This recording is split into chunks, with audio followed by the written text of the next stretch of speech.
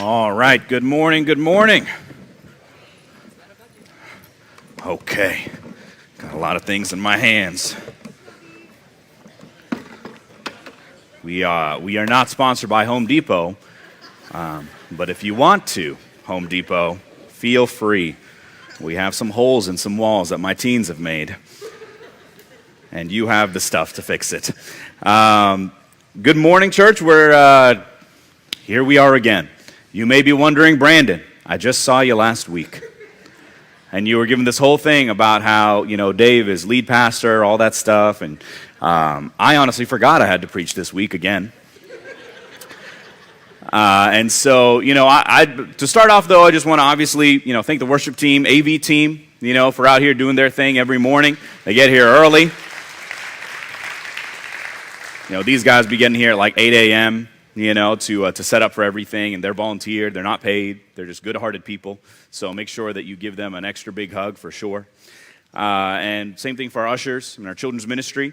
But a little bit about me first. My wife Lauren and I, we lead the youth and family ministry here at Austin Christian, and we both just got LASIK, and so that's why I'm not wearing glasses, and you're like, oh, what's going on here? And also, it's kind of strange because I still see some halos. I'm still recovering a little bit. I can see your faces for sure, but it's a little different. But it is a crazy medical miracle. I almost did my lesson on Jesus healing the blind man. I was this close, but I was like, that's a little too on the nose. A little too on the nose. Also, I don't know if it's going to keep on working yet, so, preemptive. I was like, I don't want to jinx it. But our lead pastor, the great Dave Hooper, and his wife Angela, they are actually celebrating a milestone that many of us aspire to, which is 30 years of being married. 30 years. And so they are gone. They're going to be gone for like 9-10 days or something. And honestly, I had no question that Dave would make it that long, even though I only met him like 3 or 4 years ago, right? The reason being was he told me that he was a Cowboys fan.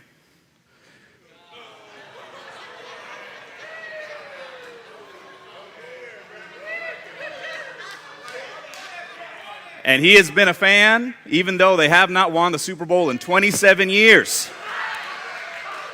27. And so, with that singular piece of information, I knew that he and Angela were going to be just fine.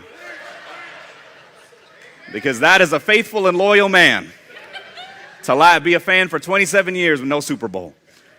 So I knew he was going to be just fine. But he's going to hear about this later, but he's on a cruise, so he'll be fine. So let's just jump into the sermon right here. So our sermon series for the next few months is called Overflow. I don't know if we have the slide that Jake made. Yes, overflow slide. Just a single basic one. All right, it's going to pop up there eventually. Which may seem vague, but is quite profound. Right? It's a reflection of a couple of different ideas that Jesus teaches about. And so what we're going to be talking about this morning is what Jesus says in Mark chapter 7. Now, unfortunately for me, I was not able to send in these slides to Ashley, so you're going to have to either read in your Bibles or just listen to the scriptures here. And so we're going to read in Mark chapter 7, verses 1 through 8, and we're going to jump around a little bit.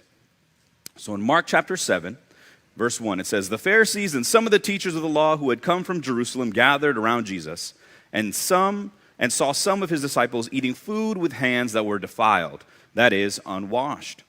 The Pharisees and all the Jews do not eat unless they give their hands a ceremonial washing, holding to the tradition of the elders. When they come from the marketplace, they do not eat unless they wash. And they observe many other traditions, such as the washing of cups, pitchers, and kettles." So the Pharisees and teachers of the law asked Jesus, "Why don't your disciples live according to the tradition of the elders instead of eating their food with defiled hands?" He replied, "Isaiah was right when he prophesied about you hypocrites. As it is written, these people honor me with their lips, but their hearts are far from me. They worship me in vain. Their teachings are merely human rules. You have let go of the commands of God and are holding on to human traditions." Going on to verse 14, again, Jesus called the crowd to him and said, "Listen to me, everyone, and understand this. Nothing outside a person can defile them by going into them. Rather, it is what comes out of a person that defiles them. After he had left the crowd and entered the house, his disciples asked him about this parable. "Are you so dull?" he asked. "Don't you see that nothing that enters a person from the outside can defile them? For it doesn't go into their heart, but into their stomach and then out of the body." In saying this, Jesus declared all foods clean. He went on, "What comes out of a person is what defiles them. For it is from within, out of a person's heart, that evil thoughts come. Sexual immorality, theft, murder, adultery, greed, malice, deceit, lewdness, envy, slander, arrogance, and folly. All these evils come from inside and defile a person." You know, Jesus is clearly far more concerned about what is within us than the situations around us. He teaches a pretty significant message that is not outside factors that causes us to sin, but it comes from inside us. For the Jews, just in terms of historical context, this would have been a wild contrast to what they'd believed for centuries. We see this later in John 8, when they refuse to believe that they are slaves to sin because they're descendants of Abraham. They couldn't even comprehend the idea that they could be people who had sin. But what Jesus was trying to show them in this scripture here was that the commands that God gave them had been turned into this outward, legalistic rule following, right? Instead of internal, personal change. You know, I think as evangelical Christians in America, we can relate with the Pharisees here in a myriad of ways, right? It's easier for us to blame those who don't follow Christianity for the problems we see around us. We're like, man, you know, if everybody were Christians, man, this whole world would be perfect. Right? It's easier for us to look down on other people who don't hold up to our standard. And it's easier for us to compare and to judge the situations around us instead of taking an inward look at ourselves. Those are things that are easy to do, right? Whether you've been doing this a long time or a short time, easy. But what Jesus tells us is that we are responsible for our own sin. Not what is around us, but within us. And that's a responsibility that we have to recognize and we have to see. But to be told that we're responsible for our own sin, that takes a level of depth and self-awareness that is pretty hard to acknowledge. It is easier. I know for me, it's easier for me to say that thing out there was the reason why I'm not great. If it wasn't for this situation, man, life would be so much better and I wouldn't have reacted that way. Right? It is easier for me to be able to put those responsibilities out there instead of me looking at myself. Instead of me seeing what is within my own heart. Right? It's easier to honor God with our own lips, go to church on Sunday, say that we're Christians on social media or some sticker on our car, than it is to work and honor God by changing and recognizing what's within us. It's way easier.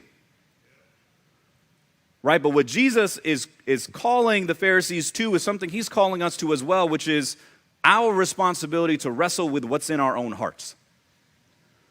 And that if we are doing things, if we are constantly in situations where things are not what they're supposed to be, that's a reflection of what's actually inside. Right? Jesus brings a real point to us that we will only pour out in our lives what we have within us. Right? He says this to the Pharisees, and this is where we get kind of the connection here to overflow in Luke chapter 6. This is obviously in connection to what we had just read in verse 43 and verse 45 to 45. It says, "No good tree bears bad fruit, nor does a bad tree bear good fruit. Each tree is recognized by its own fruit. People do not pick figs from thorn bushes or grapes from briars. A good man brings good things out of the good stored up in his heart. And an evil man brings evil things out of the evil stored up in his heart. For the mouth speaks what the heart is full of." You know, in the Holman Christian Translation, it says, "A good man produces good out of the good storeroom of his heart. An evil man produces evil out of the evil storeroom, for his mouth speaks from the overflow of the heart." We want to fix the symptom, but not the cause. Right? If we are in habitual patterns of sin or regret or negative, harmful behavior to ourselves and our loved ones, we need to check the well that's within us. If out of the overflow of the heart, the mouth speaks, why do we keep trying to fix the mouth and not the heart? If out of the overflow of the heart, the mouth speaks, why do we keep trying to fix the mouth and not the heart? Right, let's be real. Culturally, we are often deluded into thinking we can be or pour something out that's different than what we're actually doing. Right? Our culture here in America, at least for men, talks about being tough, being strong, being manly, which is often taken in the direction of not being vulnerable, not seeking help. But it's not just men, right? We've been taught to do two things simultaneously through culture: blame others and not take responsibility for ourselves. This is difficult. And honestly, the reality is some of the darkness we have within us comes from situations that are challenging and many times not our fault. Right? But it's easy for us to try and fix how we do things rather than actually fixing what's inside of us. And then we get confused on why we keep trying to do the same things over and over and over again, and it doesn't seem like things are stopping. You know, I think part of the reality of what we go through as people is that sometimes there are things that happen to us that we don't know how to be able to deal with and that we need help in. Right? For me personally, when I think about when Jesus says evil stored up in my heart, a lot of those things are not because I'm an inherently evil person, but maybe things have happened to me that has made me bitter, that has made me fearful, that has made me scared about life. Right? So I figured you might be thinking, what does Brandon know about my life? He's had a pretty great life so far. You know, he's 29, still got great hair. You know, how could he relate to what I'm going through in my life? Right? You know, it says here that it's hard for people to be vulnerable without having that moment of vulnerability. Right? So I'm going to share a couple of traumatic things that have happened in my life, just not to brag about, wow, my life was worse than yours or whatever, but more to show that you are maybe not alone. Okay? So, from the ages of, we're going to list off a couple of things. We're not going to go into detail, too much time. From the ages of 5 to 17, I had a horrific, terrible, debilitating skin disease. Right? So that messes you up, obviously, from a really young age and how you view yourself, others. Those things affect who you are. Right? I was in a school shooting when I was in college, where I was about 100 feet away from the shooter. So it wasn't like, oh, he was in a building 2 miles away. It was like he was 100 feet away from me. Right? I've had medical diagnoses given to me by doctors where I was told I was going to die in a few hours. Right? That messes you up as a person. Right? I've had family members commit horrific crimes. And that's difficult too. Is when you have people that you know and you're close to or you have a relationship with that do terrible things. Right? I was fired and then unemployed for the first 6 months of Lauren and I's marriage. So to be unemployed for 6 months in the first year of your marriage is just brutal. Right? And last year, for those who've been around, right, my wife and I, we just experienced a miscarriage. So these are a bunch of things. You're like, oh, geez, there's a lot here. And this isn't to create some sort of pity party for me, to show how terrible my life is, but to show that real life happens to people. Right? Real life happens to people, and those things affect who we are inside.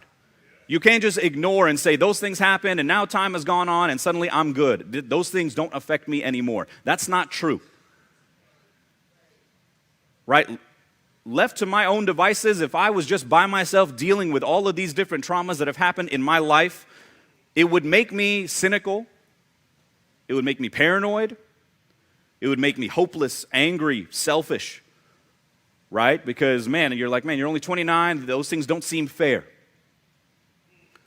And I can say that that's who I would be because I have felt and wrestled with all of those things in my heart.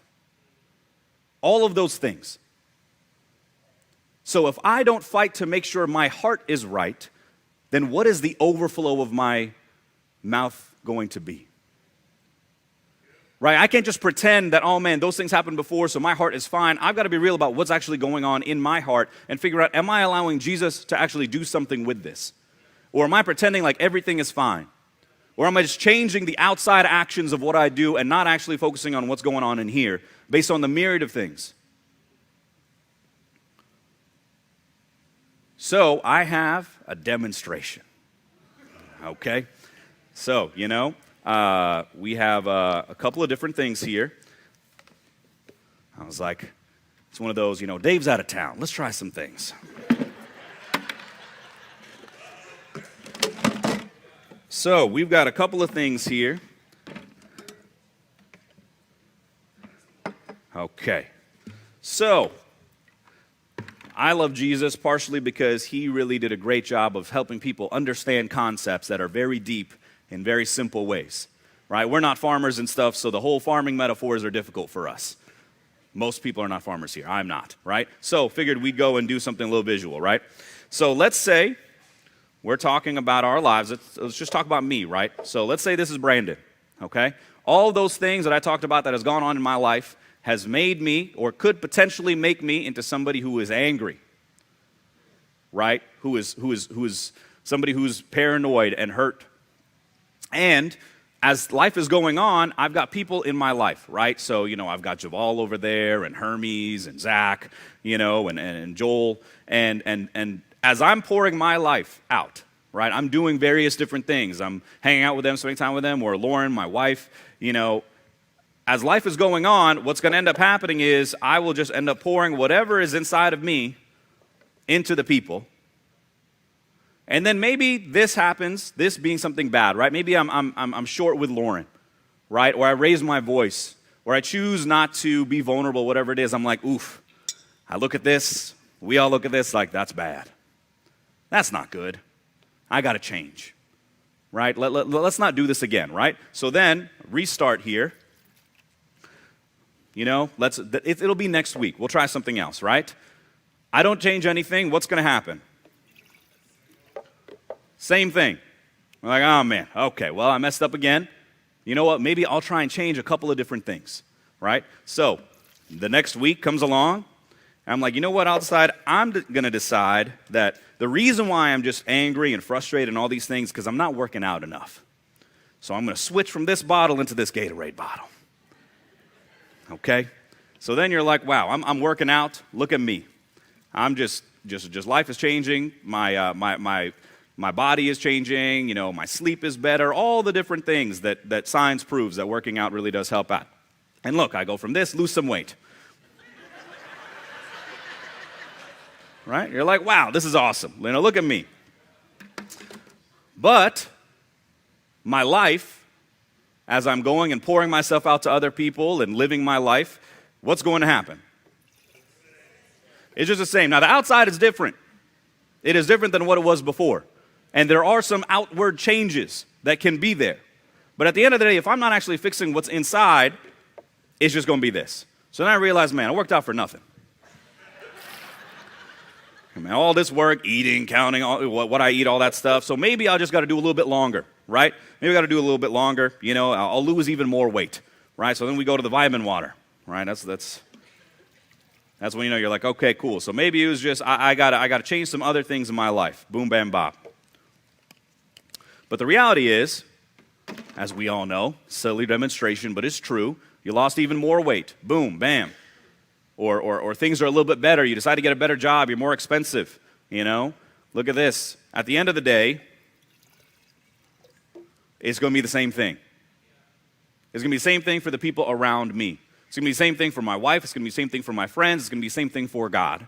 Because at the end of the day, all I'm changing is the outside. Right? Now let's say at our peak human achievement, we become Fiji water. Okay? This is the peak of our humankind. This is the best version we could possibly be. Our skin is clear. We are super fit. We're the richest we ever are. If you're drinking Fiji water regularly, you definitely got some money. You know, you are just like, man, everything is great. I have achieved the pinnacle of human, outside, worldly success. At the end of the day, when we pour ourselves out to the people around us, it is still going to be the same as when we were first here. And so we can get frustrated because we go through all of these changes, right? We're like, man, you know, my journey went all the way from here to here, and yet at the end of the day, I am still pouring myself out to people. The fruit that I'm producing to God and to other people is still this. The only way for us to be different is if we actually choose to dump out this old self and have something new.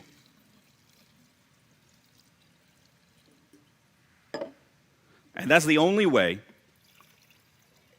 that it is going to be different for the people around us. Is no matter what we do on the outside, whatever it is we try to do, it will not matter unless we choose to change our heart. If we choose to allow Jesus to do something different. But the reality is that is difficult because we have to throw our old self out. And that is hard. It is easier to just hold on and be like, now hold on, there are parts of me that I still like. Let's all relax. Do I got to throw all of it out? But unless we decide to do that, unless we decide to throw off our old selves, we will not achieve this. The fruit that we're looking for to the people that we are closest to and to God, unless we decide to throw our old selves and give ourselves over to allow something else to pour into us.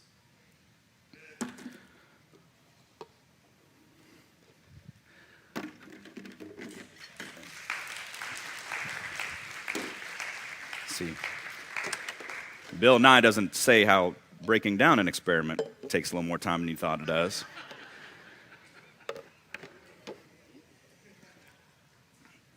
You know, and so it's one of those things where, you know, if I choose not to actually change the inside of my heart, if I choose not to allow Jesus to work within me and who I am as a person, and just choose the outside actions, I would become somebody I'm not proud of. And I would frustrate myself because I feel like I'm trying and changing so much, and yet nothing is different. And maybe some of you are here today like that. You've been going around for years and years and years, and you're like, man, I don't understand why I keep falling to the same thing. Why my wife, or my son, why my daughter, why my friends, why my family keeps on telling me, man, you are still this way. That is something that we have the power to change if we want to. Right? That is the power we can decide to do and allow Jesus to work in us if that's the path that we choose to take. Right? Jesus makes it incredibly clear that we are the ones that have to decide that, you know what, I got to give it up. I got to let it go. You know, for me personally, for that part of that journey for me, right, I've decided and I've realized that like I've needed to go to some professional therapy to work through some of the things that I've gone through, right? To learn how to heal so that I can more effectively work on my heart like Jesus calls me to do.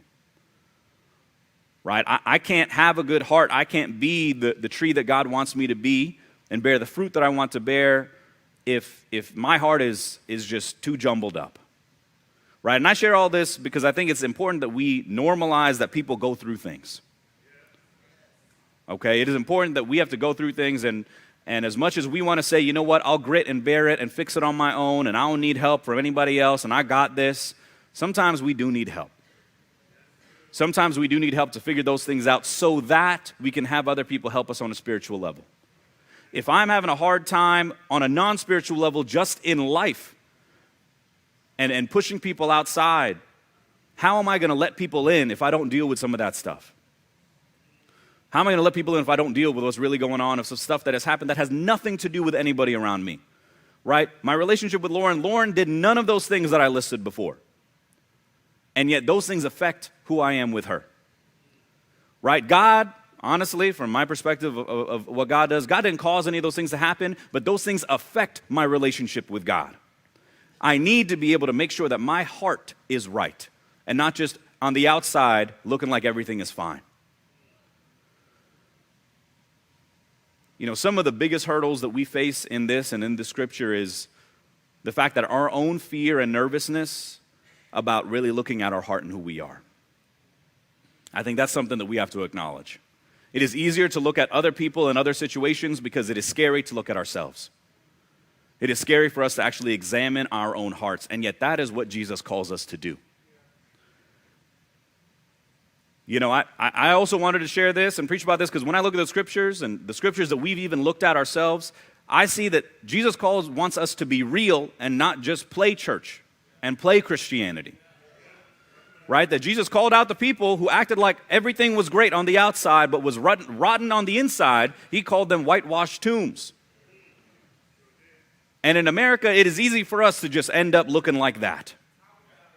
It is easy for us to just walk around, go up to church, man, everything is great. We're good. How's it going, brother? How's it going, sister? Amen. You meet up, maybe you even decide to take time out of your week to be able to get together with other people who are trying to be like Jesus. How's it going? Pretty good. Nothing really. Next week, how's it going? Can't complain. Next week, how's it going? You know what? Not bad. And then everybody going to that meeting, they're like, why are we even doing this? Because everybody seems to be okay. But if we're going to be honest, if we're going to be real, it's very rare for there you're going to be somebody who's just perfectly fine inside. And honestly, maybe one week you are great. The next week, maybe not. That's okay. But what Jesus is saying is this, is we cannot be producing something that is not coming from inside of us.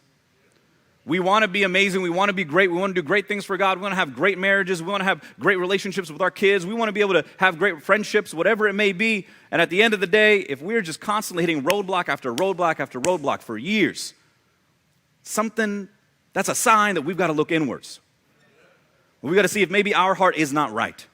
Maybe there's some things in there that have got to be dug out and worked on. Jesus doesn't want us to just change our lives outwardly, but also inside to the depths of our hearts and who we are as people. Right, my encouragement to you this morning is to think about what that means for you. And letting the Spirit motivate you in ways that I can't. Because sometimes our temptation is to wait for a leader or a pastor or a teacher to tell us what to do. And maybe that's what you're asking right now. Right? You're just like, man, Brandon, just tell me what to do. This is amazing. This is convicting. You know, I just want you to tell me what to do so I can be different. Jesus is talking about your heart. And I don't know what's in your heart. I can't tell you this is your 5-step process into how to have something different. So all of us have to do some searching. We cannot just depend on someone telling us what to do. This is something that you've got to decide that you're going to choose. This is something that you've got to have people in your life to help you with. Right? The only suggestion that I have for you is for you to think about the actions that you do and ask if that is a reflection of who you want to be. Because that is really what Jesus is talking about, right? We can't decide to go, oh man, I want to be this amazing person who's patient and loving and kind. Is that what our actions actually are doing? And if not, we got to take a step back and ask what's going on inside. The other suggestion I have, just a suggestion, is to talk to the people that you are closest to and ask them what they think. That is much more difficult, but is actually a reflection of what we're actually doing. Is you just ask the people closest around you, what kind of fruit am I producing? Because we all know it is tough to judge ourselves. I can do something and be like, it ain't that bad. It was all right. And Lauren look at me and be like, oof. Nope. Or somebody will come up, and this happens to me all the time. I'll be talking to somebody, do something, they're like, man, that was awesome. And I'll be like, oh, maybe not. So sometimes we need the people closest to us to be able to tell us if the fruit we're producing is actually good. Because we can start getting deluded into thinking, oh man, what I'm doing is great. Things are fine.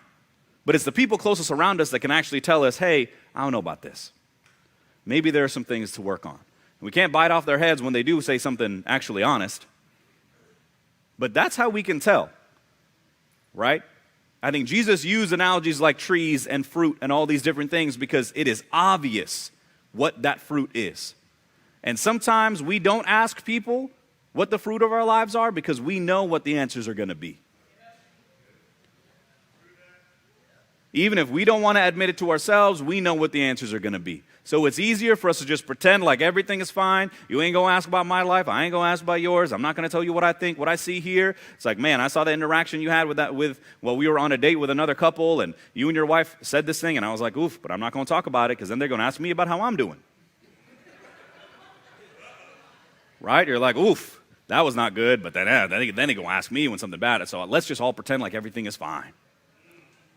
And now we got a whole bunch of just people who are accepting the different bad things that people got going on in their relationships. Because ain't nobody want to get called out. And I get that, I feel that, I understand that. Right? Oh man, I see that this brother said this thing or was doing this thing. Do I? Nah, somebody else will do it. If this is how we're taking care of each other, nobody is actually getting the healing that we need. So we've got to decide, are we going to actually call the fruit that we see other people producing out, and are we going to be okay when somebody calls our own fruit out? So I just want you guys to be able to just take some time, meditate, talk to the people closest to you, have a conversation, maybe start off, if there's like a spectrum of not real at all to like super harsh, let's start in the middle. Start at the middle, be kind to one another. But I think this is an important thing because we will continue to produce the same things over and over and over again if all we're doing is changing the outside and not the inside. And that is what Jesus is talking about. It's not about just what we do and how we do it and how we talk to each other. It's actually what's going on inside.